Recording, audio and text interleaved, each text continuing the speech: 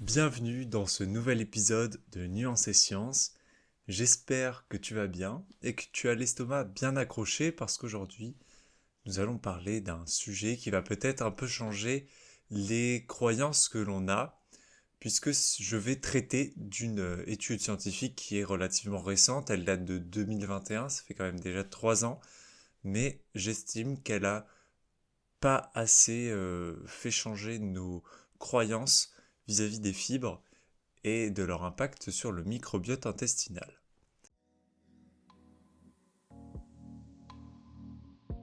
Bienvenue sur Nuances et Sciences, le podcast qui explore les mystères de la science et les dernières avancées médicales pour alimenter ta passion et enrichir tes connaissances.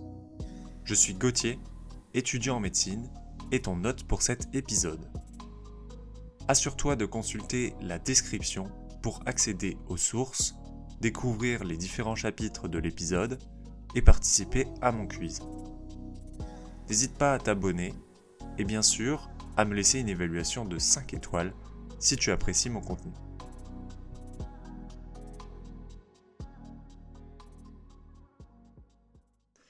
Alors les fibres, je t'en ai déjà parlé dans un précédent épisode à propos de leur effet sur la réduction de l'indice glycémique.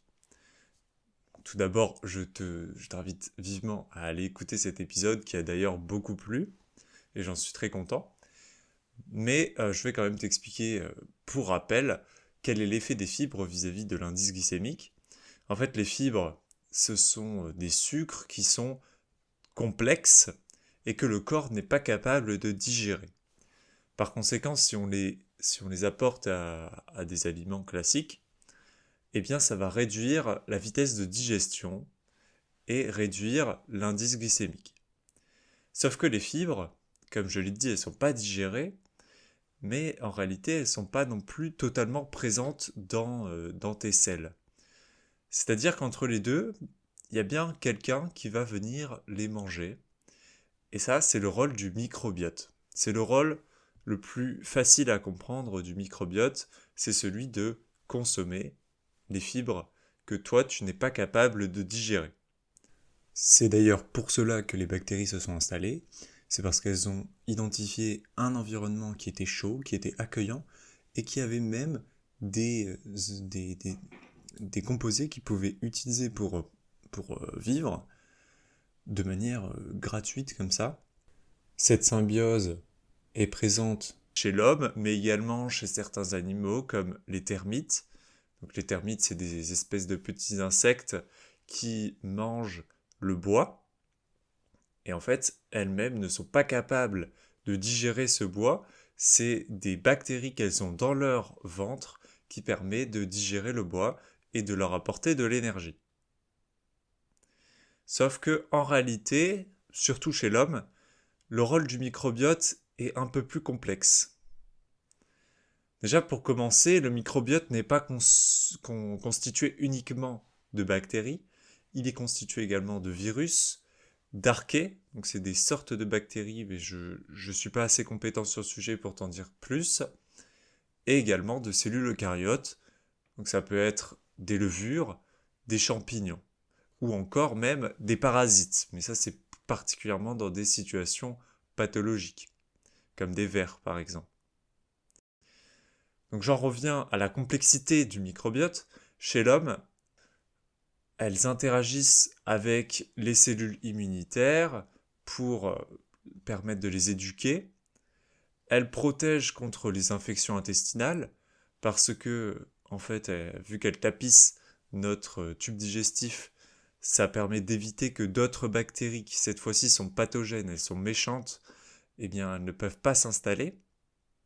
Il y a aussi que, en dégradant les fibres, les bactéries ne vont pas tout manger, hein, elles vont nous en laisser quand même, mais des choses qui sont utilisables par notre corps humain.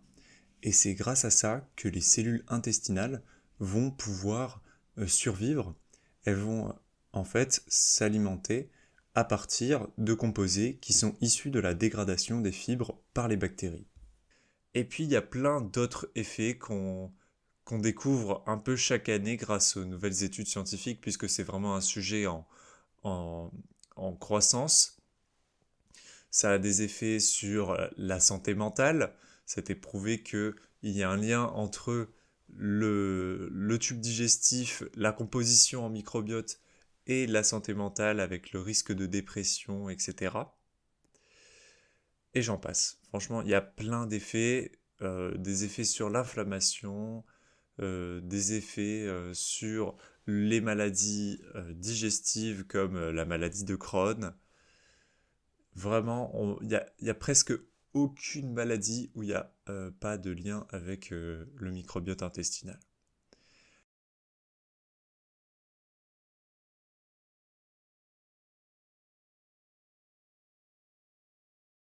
Ce qui se passe, c'est que maintenant, dans notre société civilisée, nous exposons notre microbiote à des choses qui sont mauvaises pour lui, comme le sucre en excès, comme les édulcorants, comme les antibiotiques, ou encore juste le fait d'avoir trop d'hygiène, de se laver les mains trop fréquemment, de se laver tout court trop fréquemment.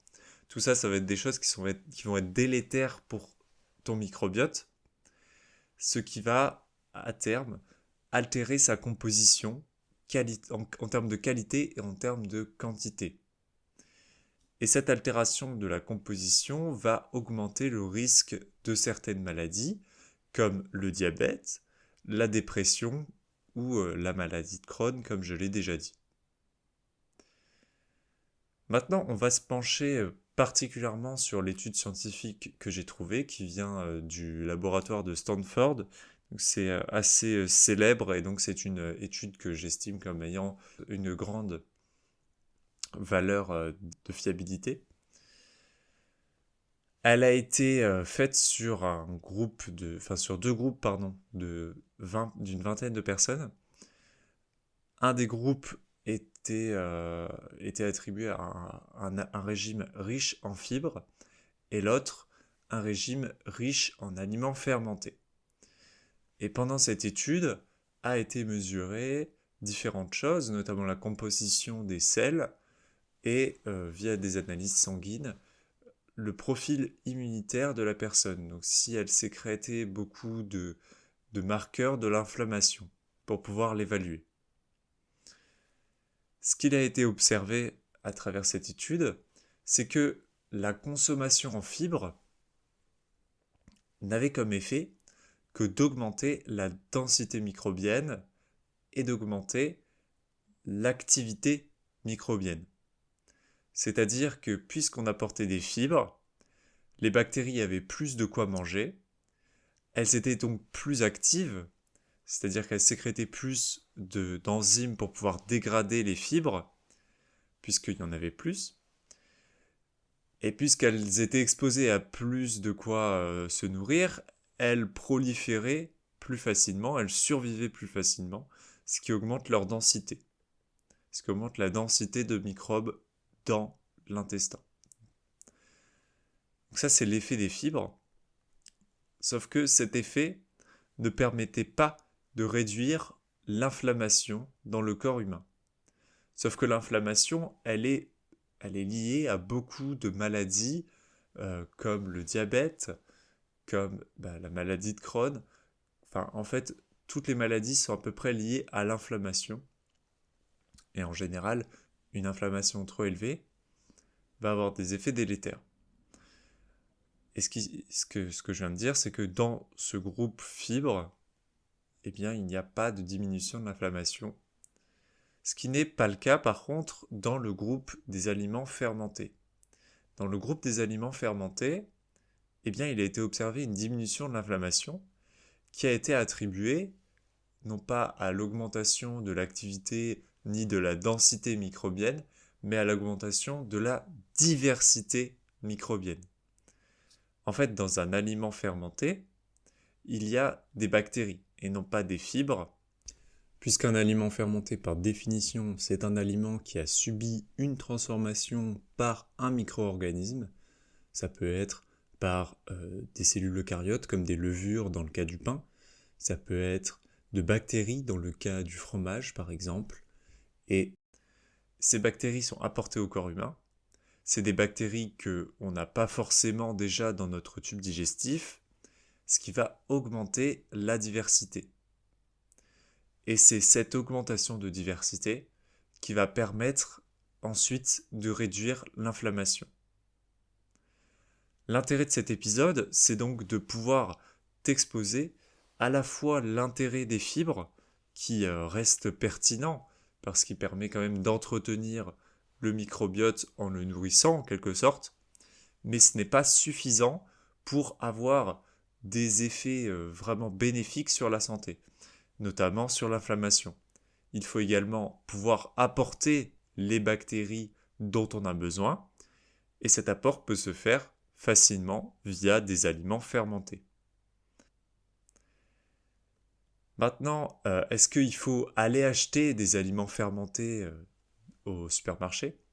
Premièrement, c'est assez difficile à trouver. On n'a pas toujours partout.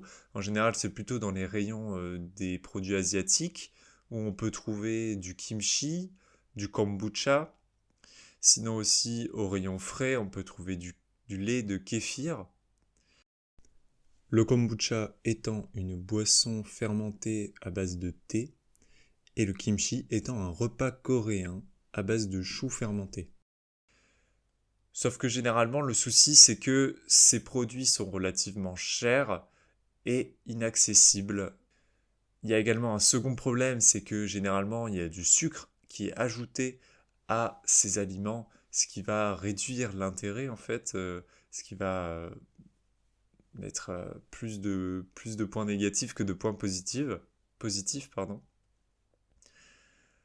Un autre souci avec les aliments fermentés, c'est que quand on pense aliments fermentés, on peut penser alcool, puisque les bières, notamment les bières artisanales, ont été faites grâce à de la fermentation. Ici, on a l'intérêt de la fermentation, mais l'alcool, même à faible quantité, a directement des effets délétères pour l'organisme. Donc il faut plutôt éviter ces produits-là qui contiennent de l'alcool. Et pour finir, le dernier point négatif, c'est que le plus simple est de trouver des aliments fermentés qui sont congelés.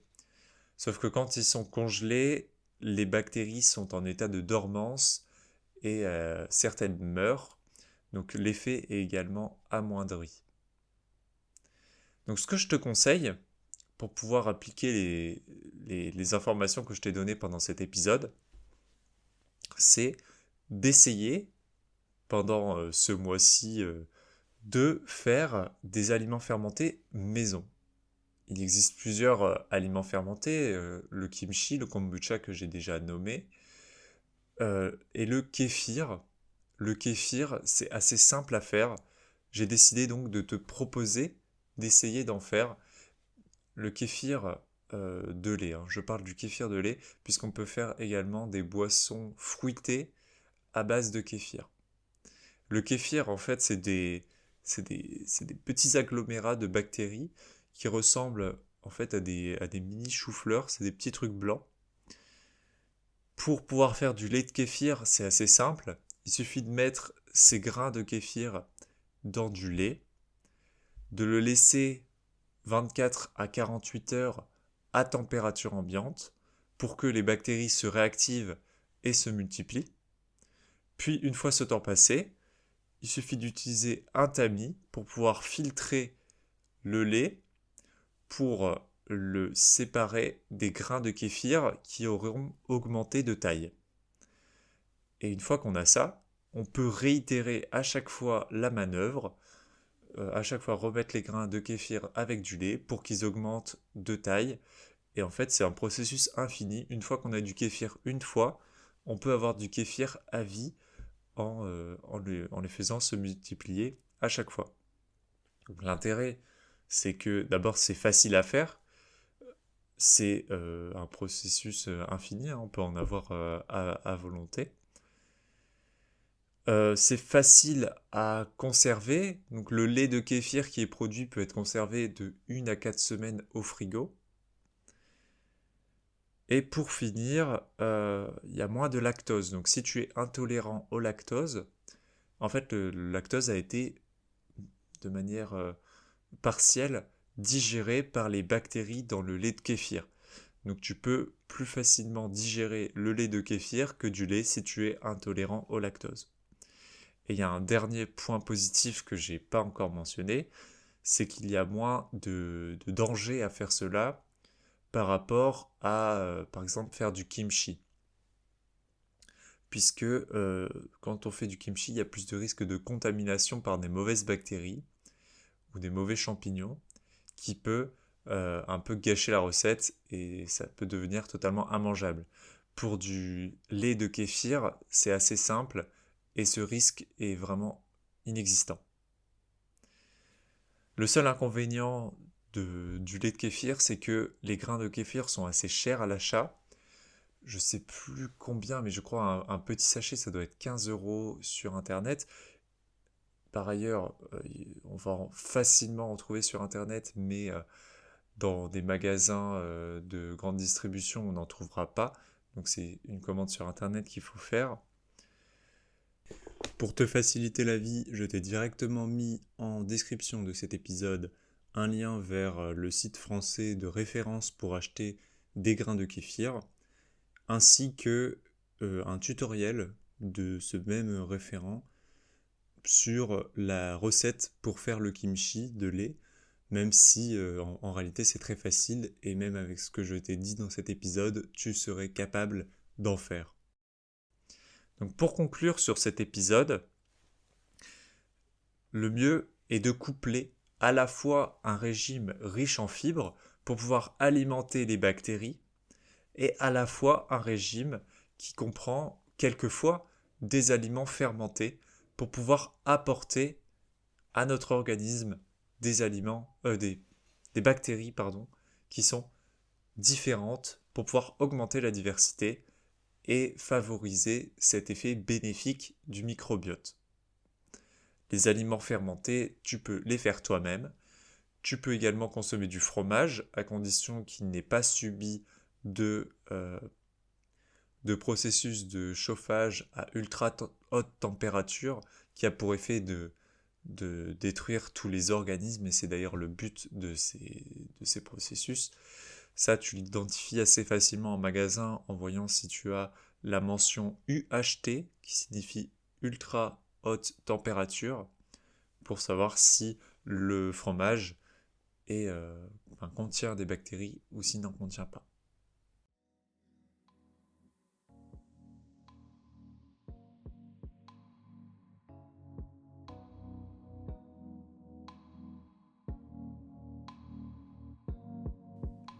Donc j'espère que cet épisode t'a plu, j'espère que tu en as appris plus sur le microbiote. Je ne me suis pas trop étalé sur les intérêts du microbiote et sur ses rôles, puisque j'ai vraiment voulu faire cet épisode utile en t'apportant les éléments les plus importants pour pouvoir, dans ta vie de tous les jours, améliorer ta consommation et ton microbiote. Maintenant, je t'invite vraiment à réaliser le défi du mois que je vais également moi-même faire, qui consiste à faire du lait de kéfir. N'hésite pas à me donner un retour en commentaire et également à aller répondre au quiz que j'ai mis sur Instagram concernant cet épisode. Régale-toi bien avec du kéfir, apparemment c'est très bon et on en discutera pendant le prochain épisode quand moi également je l'aurai fait. Et je te souhaite un excellent mois.